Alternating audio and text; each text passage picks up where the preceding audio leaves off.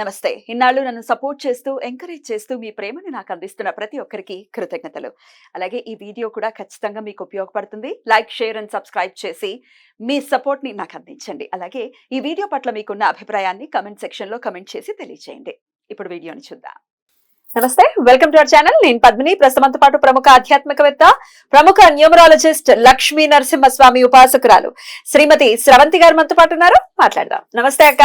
నమస్తే పద్మిని. అక్క, దేవి నవరాత్రుల్లో భాగంగా 5వ రోజు అమ్మవారిని ఏ రూపంలో కొలవాలి, ఏ రూపంలో కొలిస్తే ఎటువంటి సమస్యల నుంచి మనం బయటపడతాము, అలాగే ఏ స్విచ్ వర్డ్ ని చదువుకోవాలి, ఎన్ని పూజలు చేసినా ఒకవేళ చెయ్యలేని పరిస్థితుల్లో కనుక ఉంటే ఆల్టర్నేటివ్ గా స్విచ్ వర్డ్ ని కూడా చెప్తున్నారు, వేదిక్ స్విచ్ వర్డ్ ని, ఏ స్విచ్ వర్డ్ ని చదువుకోవచ్చు, ఈ విషయాలన్నీ ఒక్కసారి మీ ద్వారా అక్క. తప్పకుండా చెప్తాను పద్మిని. మహాచండి అమ్మవారిగా మనం పూజించుకుంటాం అన్నమాట. అయితే మహాచండి అమ్మవారిని ఎందుకు పూజించాలి? లలిత అమ్మవారే కదా. ఇప్పుడు మహాచండి ఎవరు అని అంటే గనక ఆవిడ మొత్తం యావత్ విశ్వానికి మళ్ళీ తల్లిగా మనం చూస్తాం అన్నమాట. అయితే లలిత అమ్మవారిని చూసినప్పుడు చాలా నిదానంగా ఉండే అమ్మ. మహాచండి అని అంటే మాత్రం ఎటువంటి పరిస్థితుల్లోనూ శత్రునాశని, శత్రువుల దగ్గర మాత్రం ఆవిడ కోపంగానే ఉంటారు అని ఖచ్చితంగా చెప్పుకోవచ్చు. మరి ఎవరైనా శత్రువులు అని అంటే మనకి ఎవరైతే చెడుని తలపెట్టాలనుకుంటున్నారు, అంతేగాని మనకంటే ఎవరైతే వృద్ధి పొందుతున్నారో వాళ్ళు కాదు. అర్థమైందా?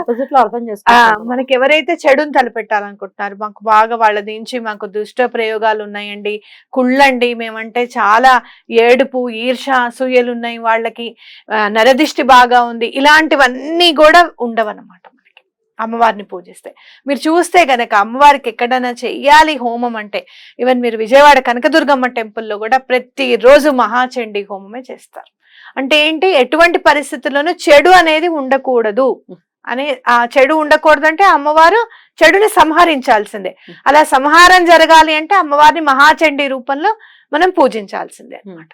అలాగే ఇక్కడ మనం చూసుకుంటే గనక నవదుర్గల్లో స్కందమాతగా మనము చూస్తాం.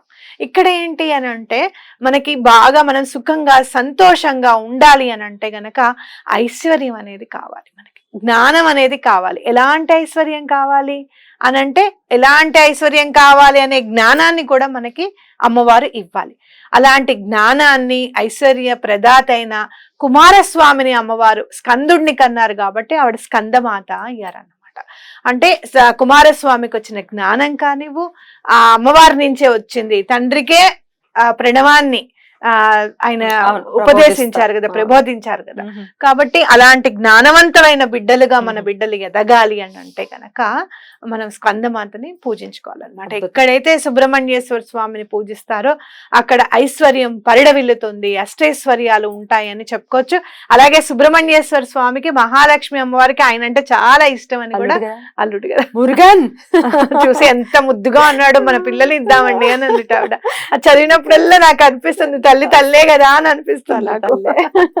కాబట్టి అలా దండం పెట్టుకోవాలి.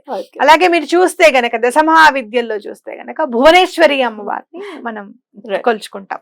భువనేశ్వరి అమ్మవారు ఎవరిని పరిపాలిస్తారయ్యా అంటే చంద్రుడు. చంద్రుడు మన జాతకంలో కరెక్ట్ గా ఉంటే మన ఆలోచనలు కరెక్ట్ గా ఉంటాయి. మీరు చూస్తే గనక స్పిరిచువల్ నాలెడ్జ్, ఆధ్యాత్మికంగా మన జ్ఞానాన్ని ఎక్కువగా మనం సముపార్జించుకోవాలి అంటే గనక చంద్రుడు కరెక్ట్ గా ఉండాలి. అందరం అనుకుంటాం కేతు ఉండాలి, కేతు ఉంటే ఆధ్యాత్మికంగా మనం ముందుకెళ్ళిపోతాం. చంద్రుడు ఉంటే గనక బలంగా ఆధ్యాత్మికంగా ఎక్కువగా ఆలోచనలు ఉంటాయి అన్నమాట. అరే అలా చేయకూడదు కదా, అలా చేస్తే వాళ్ళు బాధపడతారు కదా, వాళ్ళు బాధ పెట్టినా పర్వాలేదు, మనం వాళ్ళని బాధ పెట్టకుండా ఉంటే చాలు. ఇలాంటివి అలవడాలి అని అంటే గనక చంద్రుడు కరెక్ట్ గా ఉండాలి, నిలకడగా ఉండాలి. ఫస్ట్ ఆఫ్ ఆల్ బ్రెయిన్ మనది నిలకడ, అటు ఇటు తిరిగిపోతున్నాం, వేవరింగ్ ఉందంటే ఎట్లా ఉండాలి. ఇంకొకటి, ఇవాళ నువ్వు ఉపాసన చేసిన తర్వాత ఒక 10 రోజులు చేసిన తర్వాత కళ్ళు మూసుకున్నావు, నీకు అమ్మవారి స్వరూపం కనపడుతోంది. ఇవాళ మహాచండి అమ్మవారు ఎలా ఉంటారు, ఆవిడ కళ్ళు మూసుకొని కనబడంగానే ఆవిడ కనపడతారు చూసావా, ఆవిడ కనపడ్డారు అంటే అది చంద్రుడు నీకు హెల్ప్ చేయాలన్నమాట. కాబట్టి భువనేశ్వరి అమ్మవారిని ఇలా పూజించుకోవాలి. ఆవిడని తలుచుకుని మనం చక్కగా పూజ చేసుకోవాలి. అద్భుతంగా, చాలా బ్యూటిఫుల్ గా ఎక్స్ప్లెయిన్ చేశారు. 3 విధానాలని కూడా చెప్తున్నారు. అటు విజయవాడ కనకదుర్గ అనుకోవచ్చు, నవదుర్గ, అలాగే దశమహావిద్యలకి సంబంధించి కూడా. ఎలా అంటే దశమహావిద్యలకు సంబంధించి మనం అంతంత ఆరాధనలు చేయకపోయినా దండం పెట్టుకోవడంలో తప్పే ఉంది. దశమహావిద్యల్లో అమ్మవారిని తలుచుకుంటే చాలు పని అయిపోతుంది. జస్ట్ మీరు తలుచుకోండి చాలు పని అయిపోతుంది. అద్భుతం. అసలు ఎంత ఫాస్ట్ అంటే అమ్మవారు అంత ఫాస్ట్ అన్నమాట. ఎక్కడ కూడా అమ్మవారి కోసం అయ్యవారు వెయిట్ చేస్తూ ఉంటారట. మీరు చూస్తే బగళా అమ్మవారిని చూసుకుంటే గనక మనం బగళాముఖి అమ్మవారిని గురించి చెప్పుకున్నప్పుడు తప్పకుండా నేను చెప్తాను. తప్పకుండా. ఇక ఈ ప్రత్యేకంగా ఈ 5వ రోజు అమ్మవారికి ఏ రంగు వస్త్రాన్ని మనం సమర్పించాలి, అలాగే నైవేద్యం కూడా ఒకసారి చెప్పండి. అమ్మవారికి కట్టు పొంగలి, అట్లాగే బంగారం రంగు చీర ఏదైనా కానీ అమ్మవారికి సమర్పించుకోవడము, అలాగే కట్టు పొంగలి చేసుకోవడం. కట్టు పొంగలి ఎలా చేస్తారు అని అంటే మిరియాలు జీలకర్ర వేసి చేసుకుంటాం, హాట్ పొంగల్. అలాగే మీరు పువ్వులు చూసుకుంటే గనక అమ్మవారికి ఎల్లో కలర్ ఫ్లవర్స్ పసుపు రంగు అయినా ఇవ్వచ్చు. లేదు మీకు ఇంకా అమ్మవారి మహాచండి కదా అంటే ఎరుపు రంగు కూడా అమ్మవారికి సమర్పించవచ్చు. ఏమైనా నెగటివ్ ఎనర్జీస్ బాగా ఉన్నాయి అంటే గనక ఎరుపు రంగు పువ్వులు సమర్పించండి అమ్మవారికి. అద్భుతం అక్క, చాలా చాలా బ్యూటిఫుల్ గా ఎక్స్ప్లెయిన్ చేశారు. అయితే అటు సుబ్రహ్మణ్యేశ్వర స్వామి ఆరాధన విషయంలో కానీ, స్కందమాతగా చూసుకుంటే, అట్లాగే చంద్రుడు ఆధీనంలో ఉండాలి అంటే భువనేశ్వరి దేవి అనుగ్రహాన్ని ఖచ్చితంగా మనం ఎంతో కొంత సముపార్జించుకోవాల్సి ఉంటుంది. కాబట్టి ఖచ్చితంగా ఈ అమ్మవారి ఆరాధన చేసుకోవాలి.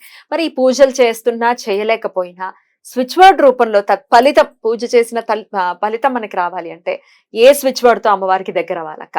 ప్రణవ రూపిణి, హ్రీంకార రూపిణి, సచిదానంద రూపిణి, మణిద్వీప వాసిని, నిత్యం నమామ్యహం. బా, ఎంత బాగుందో. ఓకే, దీని అర్థం ఏదైనా చెప్తారా? ప్రణవ రూపిణి అంటే ఓంకారం, మనకి ప్రణవ నాదంగా మొదట వచ్చిన నాదంగా మనం గమనిస్తాం కాబట్టి తెలుసు, అదే మనకి తెలుసు కదా. ఆ రూపం అమ్మవారిది. అంటే హ్రీం అనే మనకి అక్షరం ఉంది కదా, బీజాక్షరం ఉంది, ఆ రూపం కూడా అమ్మవారిది అని చెప్పి. అలాగే మణిద్వీప వాసిని, అమ్మవారు మణిద్వీపంలో ఉంటారు. సచ్చిదానంద రూపిణి అంటే మీకు ఆనందమా లేకపోతే కోపమా ఏమి అసలు ఏందనేది మనకు తెలియదు అనమాట. ఆ సచ్చిదానంద రూపిణి ఎప్పుడు కూడా అమ్మవారి దీపం జ్యోతి మీరు చూస్తే గనక అలా వెలుగు ఉంటుంది, నవ్వు ఉంటుంది, అన్నీ ఉంటాయి. ఆ రూపంట అమ్మవారిది సచ్చిదానంద రూపిణి. అలాగే మణిద్వీప వాసినికి ఎప్పుడు కూడా నిత్యం నా నమస్సులు తెలియజేస్తున్నాను, అమ్మవారికి నమస్కారం పెడుతున్నాను అని అర్థం అనమాట. ప్రణవ రూపిణి, హ్రీంకార రూపిణి, సచ్చిదానంద రూపిణి, మణిద్వీప వాసిని, నిత్యం నమామ్యహం. చాలా చాలా బాగుంది. ఇది ఇంకా పూజ చేసుకోనియకపోనియండి ఎవరైనా చదువుకోవచ్చు కదా? ఎవరైనా చదువుకోవచ్చు. ఎన్నిసార్లు చదవమంటారు? 108 సార్లు చదవమని చెప్తాను. 108 సార్లు చక్కగా చదువుకోండి. అమ్మవారు అసలు ఒక్కసారి చదివిన తర్వాత అమ్మవారి ప్రెజెన్స్ తప్పకుండా మీ ఇంట్లో మీరు గమనిస్తారు. ఆ కూల్ బ్రీజ్ అనేది తప్పకుండా తెలుస్తుంది మీకు. రైట్ అక్క. దీనికి ఏమైనా నియమాలు ఉంటాయా ఈ స్విచ్ వర్డ్ కి? అంటే సాధారణంగా అయితే నాన్ వెజ్ తినకూడదు, అది అందరూ గమనించాలి. 9 రోజులు బ్రహ్మచర్యం పాటించాల్సిందే ఎటువంటి పరిస్థితుల్లోనూ.